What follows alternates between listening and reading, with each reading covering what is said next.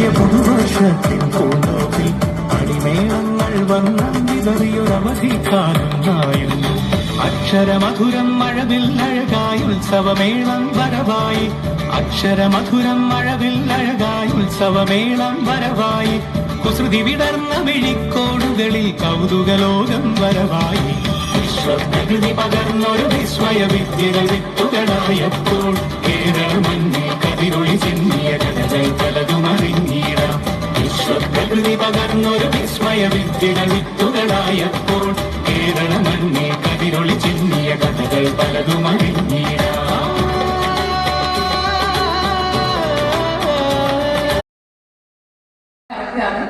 Excited അല്ലേ?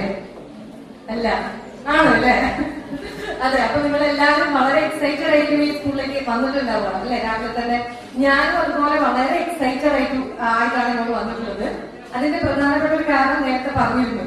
ഞാൻ 4ാം class പഠിക്കുന്ന സമയത്ത് സബ് ജില്ലാ മത്സരം നടക്കുക. അപ്പൊ ആദ്യമായിട്ട് സബ് ജില്ലാ മത്സരത്തിൽ പങ്കെടുക്കുകയാണ്. അത് ഈ സ്കൂൾ വെച്ചിട്ടായിരുന്നു. അങ്ങനെ ആ വർഷം ഒരു കലാതിലകം, എനിക്ക് അറിയപ്പോലും ഇല്ല കലാതിലകം എന്ന് പറഞ്ഞൊരു പരിപാടി ഉണ്ട് എന്നൊന്നും അറിയില്ല. അപ്പൊ ഒരു കലാതിലകമൊക്കെ ആയത് ഈ സ്കൂൾ വെച്ചാണ്. അപ്പൊ എനിക്ക് ഒരുപാട് സ്പെഷ്യലാണ്. ഇവിടുത്തെ എനർജി, ഇവിടുള്ള ആളുകളെല്ലാം സ്പെഷ്യലാണ്. അപ്പൊ ഇവിടെ വരാൻ പറ്റിയത് ആദ്യമൊന്നും അറിയില്ല. അപ്പൊ ഇങ്ങനെയായിരുന്നു. നിങ്ങൾക്ക് അറിയുമായിരിക്കില്ലേ, കുറച്ച് ജോഗ്രഫി ഒക്കെ പഠിക്കുന്നവരാണ്. അപ്പൊ അച്ചുതണ്ടിൽ മോട്ടോർ ഘടിപ്പിച്ചുണ്ടോ, നമ്മ ഭൂമി ഇപ്പൊ സ്പീഡിൽ കറങ്ങണുണ്ടോ, കണ്ണടച്ച് തുറക്കണ നേരത്തില് ജാനുവരി ഇപ്പൊ ജൂണിലെത്തി നിൽപ്പ് കണ്ടോ, ഭൂഗോളമേ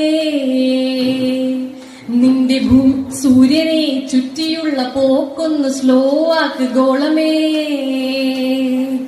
എന്റെ ഗോളൊക്കെ ബാക്കിയാണ് ദയവ് ചെയ്തു മനസ്സിലാക്ക്, വിഷ് ലിസ്റ്റിൽ ഒന്ന് പോലും ടിക്കില്ല, സോളോ ട്രിപ്പ് പോവാൻ ഇന്നെനിക്ക് ലക്കില്ല, ചെയ്യുന്നതൊന്നിനുമേ കിക്കില്ല,